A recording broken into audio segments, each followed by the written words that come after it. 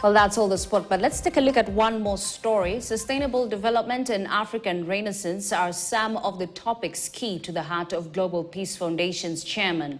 KTN's Esther Diana spoke to Global Peace Foundation's chairman, Dr. Hyun Jin Preston Moon, on what Renaissance for Africa looks like and the impact of Western influence on sustainable development for Africa, and brings us this exclusive interview all the way from Uganda. I leave you with it. I'm Ashley Mazuri. Our sign language interpreter is Damian Evans. Enjoy the rest of your viewing. Now, sir, thank you so much for taking your time to speak to us. Okay. Yeah, and I'm told that family and the Renaissance of Africa, these are topics you're particularly passionate about. Yes. So then, can you explain to us, what is the Renaissance to you, the African Renaissance? Well, the African Renaissance will be sparked by a spiritual great awakening based on the vision of one family under God. When we can invite God into our homes, into our families, and bring about a new renaissance within our homes that then spreads to the larger society and then to the world. Or why is it important, the Renaissance of Africa? Why is that important? Yes. Because it's long overdue. It should happen here in Africa. As you know, for decades I've been explaining that the Global South is really the future in the 21st century. And what happens in terms of the transformation of the Global South, Africa being one of them, is going to be very important for the global future of the world. All right, so when you speak about the global future, can you expound this in regards to economic and political development? Yeah, of course, those are part of it. But in order for you to have good political and economic environment in which tremendous blessings can come, there first has to be a good and strong spiritual core that especially expounds values, universal values and principles that all nations, especially in this modern era, should be built on. So as you know, I define the modern era really with the beginning of the United States and the ideas that that nation really brought forth through Western civilization to the world. Okay, the idea of fundamental freedom and human rights. And I hearken back to the Declaration of Independence, and especially the second paragraph of that declaration, where it states all men are created equal, endowed by their Creator with certain inalienable rights. That is a powerful statement. What it is saying is that freedom and human rights come from God, not any human institution. This is so significant because when you bring those absolute rights in the realm of our human experience, we can abuse it. But if you put it under the scope of transcendent rights that come from our Creator, then it cannot be touched. And that's one of the reasons why the United States as a nation has protected those rights and freedoms and tried to live by upholding those rights. Although it has failed, because that is the goal, there's a self-correcting mechanism. And so one of the key things that especially you young people here in Africa need to understand is that all well-functioning constitutional democracies are built off of the idea that those rights are transcendent, that it comes from God.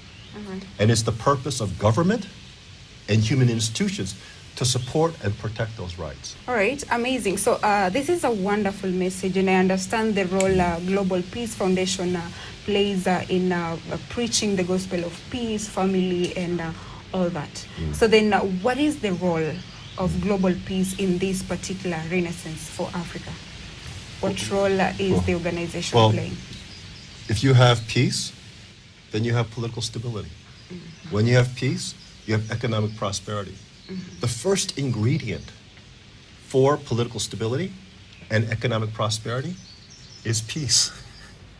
So if you have a stable political kind of environment, then all the other things happen.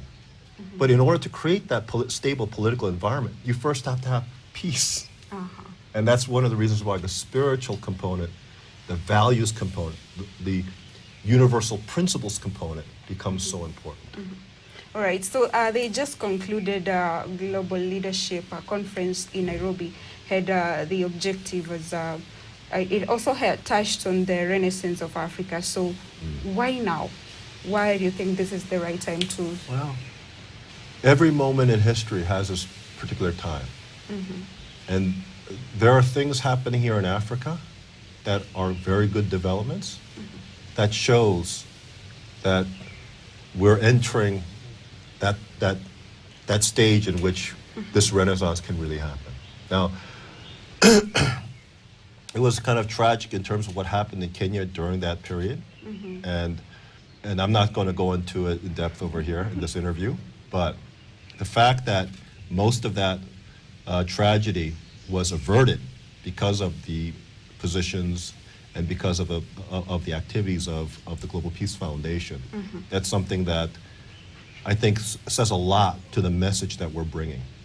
That it is important in order to inspire a renaissance to first have a spiritual awakening, that the leadership of the country needs to be righteous, that the people need to also recognize that they are stakeholders in the future of the nation, and therefore they should not go into areas that will lead to destruction, because at the end of the day, that's destroying their own future as well too. So I think the Global Peace Foundation came in an opportune moment at a period of transition in what's happening in Africa today. So one of the observations that I've made is that the young people in Africa, when I first came in 2008, they were still in their tribal mindset. But there has been an evolution now over the last decade and a half, that the mindset of the young people is not, they've gone beyond their tribal affiliations, and they are starting to develop a consciousness that we are one nation, and they're tied to the future of that nation, and therefore they want to be involved in the political process. All of that is a good thing. And I find that that level of maturity in terms of the citizenry is such where if it's moved in the right direction, if it's guided in the right direction, can really bring about type of transformation that will lead toward African Renaissance. But it has to be fueled by a spiritual vision. Amazing. That really validates and really reinforces principles and values, universal principles and values. So when you speak that, you say that you've seen an evolution, especially amongst the youth. Yeah. So then yesterday at the Family Festival, one of the speakers spoke about globalization. And I'd like to hear from you. What is your take, or what do you think is the impact of Western influence on African Renaissance? Yeah. I think you can do the Renaissance without Western influence, honestly speaking. And I would encourage you as Africans to lead that African Renaissance, because you have the tools now. I think one of the first steps for Africa is to recognize their future is in their hands. You know, you're not tied. You should not feel like you're tied to the graciousness or support of the West. You have your own future, and it should be African-led. All right. Other than that, what would you say are some of the challenges, or rather stumbling blocks, that are standing in the way of Africa achieving its full potential? Well, of course, we all know the issues with corruption. We also know the kind of the autocratic nature of many of these constitutional republics. Anyway, you know, and I know. But let me ask you, how do you solve that? Do you solve that with demonstrations? Do you solve that with basically burning down your house?